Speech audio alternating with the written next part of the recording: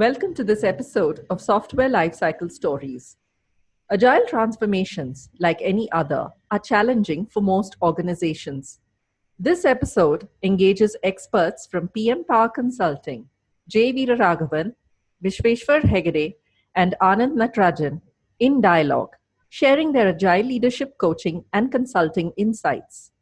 Leaders embarking on agile transformations will find pointers in this three-way dialogue to help them get started. The podcast is supported with a case study that many of you may resonate with.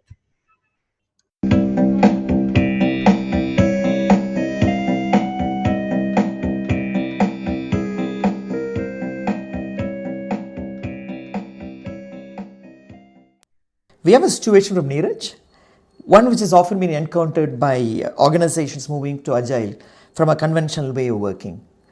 Let's explore this with our experts, JV and Vishu.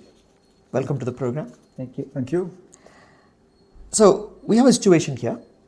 Trailblazers Inc. is a leading provider of healthcare solutions to customers worldwide. They are headquartered in Cambridge, Massachusetts. They have a development center in Bangalore with 400 engineers and a small center in Cambridge with about 50 engineers. Trailblazers have decided to embark on an agile transformation journey. Their SVP of Engineering, Mike Simpson, personally kicked off the initiative targeted at improving predictability, reducing cycle time, and improving customer responsiveness. Mike wants Neeraj, who is a VP of Engineering at their Bangalore Development Center, to drive this initiative with Scrum as the primary approach and complete the transformation within the next 1.5 years. Neeraj approaches you as an Agile coach to help him define and implement a program that will ensure the success of this initiative. So, how will you help Neeraj as an Agile coach? Any thoughts, JV?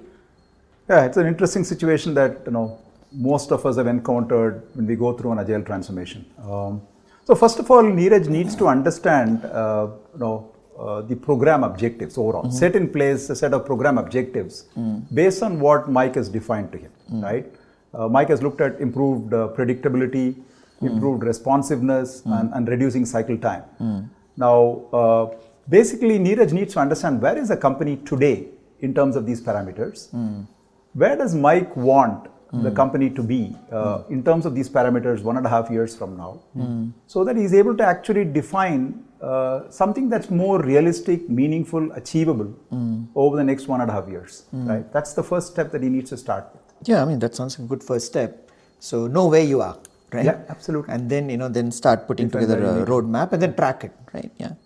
So, once this is done, how does he go about implementation, right? Since Mike mentioned Scrum as the way to go, should Neeraj send a few people for CSM certification, right? And get them certified and then, go forward? Will that work, JV? I think this is one thing that many organizations don't necessarily get it right, when they go through an Agile transformation. They send a lot of people to a program. I've seen situations where 150 people go through a CSM program. Company organizes an in-house CSM program for a lot of people. While by itself, the training is an absolutely important element in this whole exercise. Thinking that training will solve the problem and thinking that once you get trained, you'll go back and implement what you learned in a program, especially in an Agile context, doesn't generally work, right? You need a more holistic approach that looks at the overall program objectives, where the teams are and things like that. And then chalk out a plan that involves a lot more systematic and holistic approach. That makes sense. Yeah, that makes sense. Yep. So, any initial thoughts, Vishu, and recommendations on if you have a specific approach in mind, it might help Neeraj better. Yeah, I think I fully agree with what JV said. Because this being an enterprise-wide transformation, it requires a holistic approach. So Neeraj can look at some of those possibilities. For example, we use an approach called ABC approach, where A stands for assessment, B stands for blueprinting, and C stands for coaching. So if you look at that, assessment is about knowing the organization status right now. So we use certain tools like the instruments and interview people at various levels and various roles in the organization, and come out with some kind of a the findings or the where the gaps are, and based on that input, we co-create with the right stakeholders in the organization the blueprint, which is like a roadmap about this initiative. How should they go about addressing each of these? That drives then the coaching, training, implementation aspects. So we see this holistic approach helps to then drive this program in a comprehensive way. So Neeraj can really look at some of these approach to drive. But interesting, sometimes, this word holistic gets talked about so much, right? But I think from whatever you're saying, I think there's a bit of a meat to it, right? It's not just a buzzword. Yeah, that's right? a framework. There's a framework with which you approach it. Okay, good, yeah. That's interesting. And it also sounds very easy, just ABC. How easy can that be? So is there a role for senior management leadership in this case? Absolutely. In fact, we call this approach as a sandwich approach. That means both bottom up and top down. All right, yeah. Many times you have seen organizations tend to look at, let's address the team level issues and let Agile happen. They are delivering anyway. Yeah. We see that leadership level is a 50% challenge. In terms of governance, measurements, the way they need to change their style from a command control to more facilitative leadership. So a lot of culture change aspect also needs to happen. Even thinking approach needs to change at a leadership level. And leadership needs to demonstrate their commitment and influencing the team for this change. So they have a very significant role in the transformation. And probably training and coaching is involved in this case as well, for the leadership as well. Absolutely. So you talked about this change in leadership style, right? Okay. So if they become facilitator, will they lose control? Not really. In fact, that's the way they can harness much more of the bottom of the pyramid, rather than they thinking and then the bottom does kind of a mindset. All right. Okay. Yeah. So maybe that's where the training for them, including how their style of working as a change will help them realize or allay some of their fears about I may lose control. Okay, that sounds really comprehensive, Vishu. So it brings me to one important aspect of this case, right? Okay. While engineers are largely based out of Bangalore, there is a set of people sitting in the US, right? And with probably a few leaders there as well, right? How does Neeraj handle this aspect? Any thoughts from you, JV? It's probably Neeraj sitting in India. This is probably the biggest challenge for him, especially because of the time zone differences, and also the fact that the leadership, real senior leadership team, is sitting in the US, whereas the whole engineering team is sitting in India. Majority of the engineering team. First, we need to figure out, since there are 400 engineers in India and 50 in the US, we need to figure out the composition of the teams. Is it teams that are largely co-located in each of these locations, with all the roles kind of available for each team in each location? Or is there a case, exceptional situations where teams are distributed? Some roles could be played by somebody in the US, like for example a product owner role or a product manager role being played by somebody in the US and the team is sitting in India. It's possible for situations like that. Sometimes even architects or senior engineers can be sitting in there in some teams. We need to make sure that in those exceptional situations, I'm assuming that a large number of teams are autonomous, right? They have their own set of roles being played by people in India. At least they should move towards that. They should move towards that model.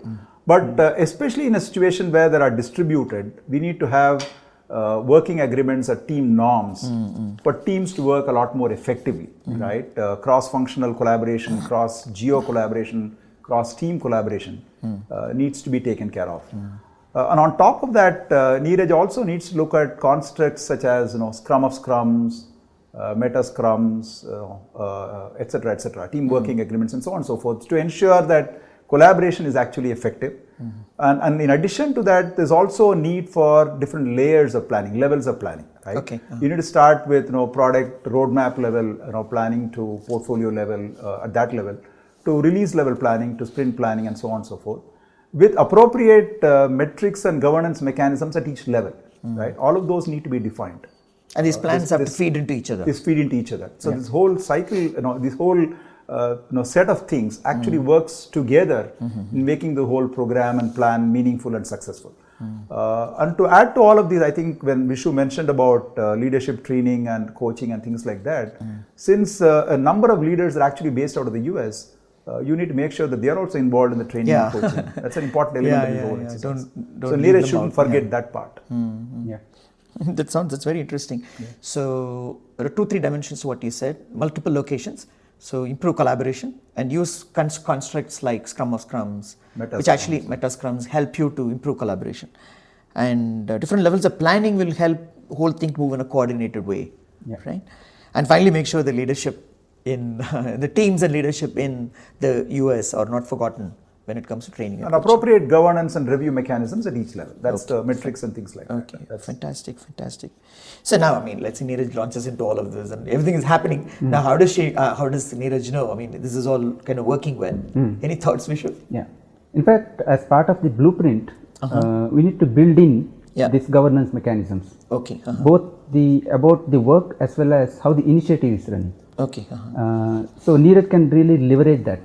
What JV mentioned about layers of planning, synchronized mechanisms of governance and metrics feeding into each other, and tying these metrics back into the initiative objective that Mike had an expectation about. So that close the loop with that.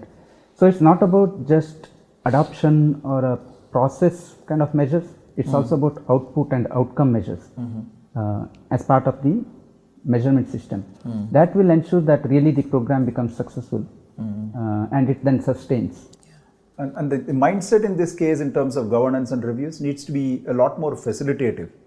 Where the management team, as Vishu mentioned about the style of leadership, right? Style of leadership. I think the governance and reviews very often, in conventional working tends to be command control driven, right? Whereas what we like in an agile setup is facilitating the teams and saying why, if they are not able to meet a commitment, or not able to meet a specific metric or a measure, what could be contributory factors, and how can the management and leadership help the process, right? Process. That's essentially then Neeraj needs to ensure setting up of these mechanisms. Okay. That becomes his pivotal point to drive this initiative. And the leaders are coached in doing it. There's a whole lot of inputs and recommendations from you for Neeraj. So let me summarize a few key aspects, right? Firstly, define specific objectives for this initiative based on Mike's overall directive, right? And track the program on an ongoing basis with respect to these objectives and align metrics at different levels. Secondly, use a holistic approach such as the ABC approach that Vishu described. Thirdly, ensure senior leadership team at both locations have bought into the initiative and are fully committed to it. It may mean executive sessions and coaching for them to understand their role in the new context. Finally, use of constructs such as different levels of planning, Scrum of Scrums and Meta Scrums for effective cross-team collaboration and including across locations. Is that a fair summary? Yeah. That's a good. So thanks Vishu and JV. I'm sure leaders like Neeraj would have found this session highly educative. Thanks for joining us.